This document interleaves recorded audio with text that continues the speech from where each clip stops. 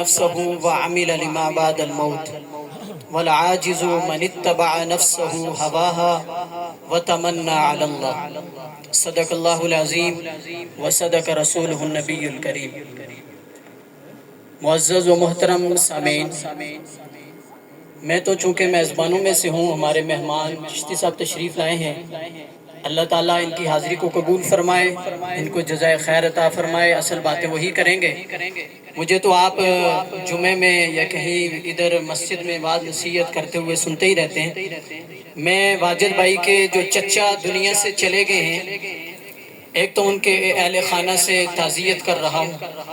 اللہ تعالیٰ ہمارے اس جانے والے مرحوم کو کروٹ کروٹ جنت نصیب فرمائے۔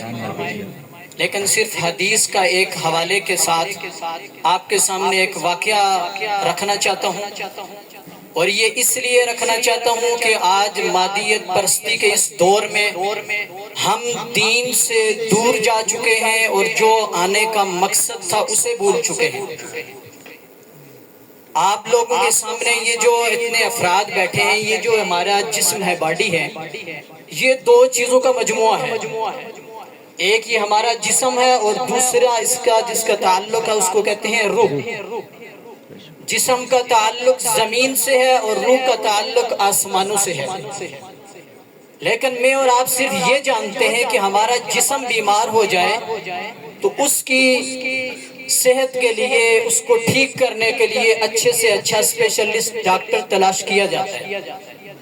ہم اچھے سے اچھا طبیب حکیم تلاش کرنے کی کوشش کرتے ہیں، لیکن جب ہماری روح بیمار ہو جائے تو اس کے علاج کے لیے ہم میں سے شاید ہی کوئی ہو جس نے کوئی ڈاکٹر تلاش کیا ہو۔ بس میں صرف اس طرف آپ کی توجہ دلانا چاہتا ہوں کہ یہ آپ کے سامنے ہمارے وہ بھائی راجہ منیر صاحب جو چلے گئے ہیں، اب ان کا جسم مٹی کے حوالے ہو گیا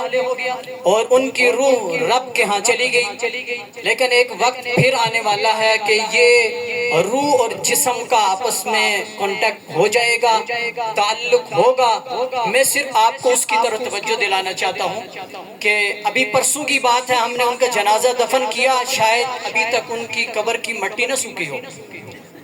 لیکن آپ نے دیکھا ہوگا کہ ہم میں سے اکثر افراد وہ ہیں کہ جو صرف اپنی گپوں میں مصروف ہیں، ان کے لیے کچھ نہیں کرتے۔ میں اس طرف آپ کی توجہ اس لیے دلاؤں گا، میں اسی علاقے کا ہوں، میں ہر روز دیکھ رہا ہوں ہم لوگ جو کام کرنا چاہیے تھا وہ نہیں کر رہے، وہ بھول چکے ہیں۔ اللہ کے نبی کا یہ فرمان ہے کہ جب میت کو قبر میں رکھ دیا جائے تو اس کی قبر کے اوپر اس کے گھر والے افراد، چاہے وہ اس کے بچے ہوں،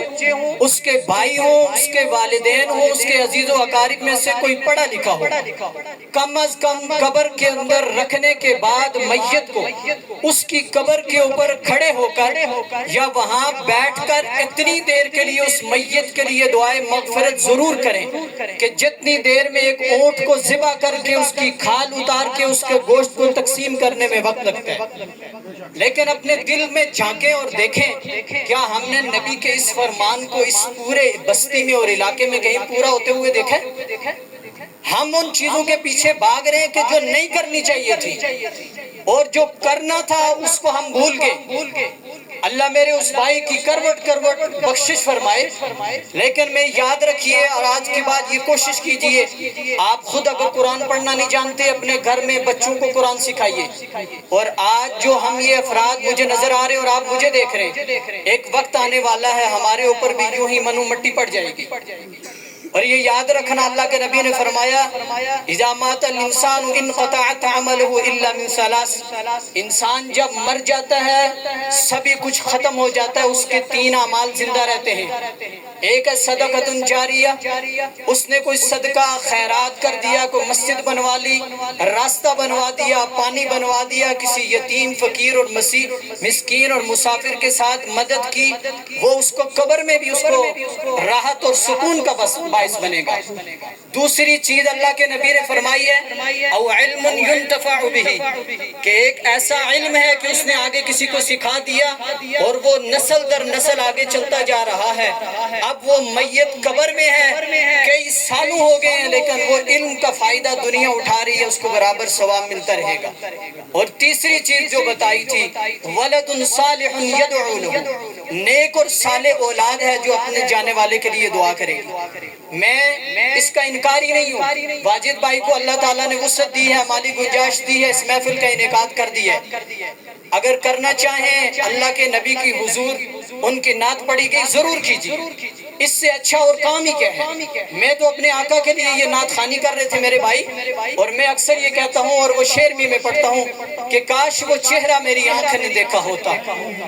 نبی کا جب تذکرہ کیا جا رہا وہ کون، وہ تو انسان کے لانے کے قابل ہی نہیں ہے کہ جو اپنے آقا کی مدح سرائی ہو اور وہ اس کا تذکرہ کیا جا رہا اور وہ سنے نہ اور اپنے دل میں اس کو جگہ نہ دے، بلکہ میں تو یوں کہوں گا کاش وہ چہرہ میری آنکھ نے دیکھا ہوتا، مجھ کو تقدیر نے اس دور میں لکھا ہوتا، باتیں سنتا کبھی پوچھتا مانے ان کے سامنے اصحاب میں بیٹھا ہوتا، اور جس وقت ہوتا بدر احد یا خندق کا اعلان میرے ہاتھوں میں بھی کوئی خنجر یا کوئی بالا ہوتا، جس وقت کھیلتے بچوں کو وہ لوری دیتے میں بھی اس پیار بھرے جھولے میں جھولا ہوتا، اگر مجھے کوئی کہتا سنا نعت نبی پھر میں بھی حسان کی مجلس کا مشاہرہ ہوتا۔ میں صرف حدیث جو میں نے کہی ہے وہ سنا کے جا رہا ہوں۔ اللہ کے نبی صلی اللہ علیہ وسلم کے سامنے ایک دن یہ میرے بھائی بیٹھے ہیں، طلال بھائی، ان کے والد محترم چلے گئے ہیں، اس دکھ کا اور غم کا احساس مجھے اور آپ کو نہیں ہے،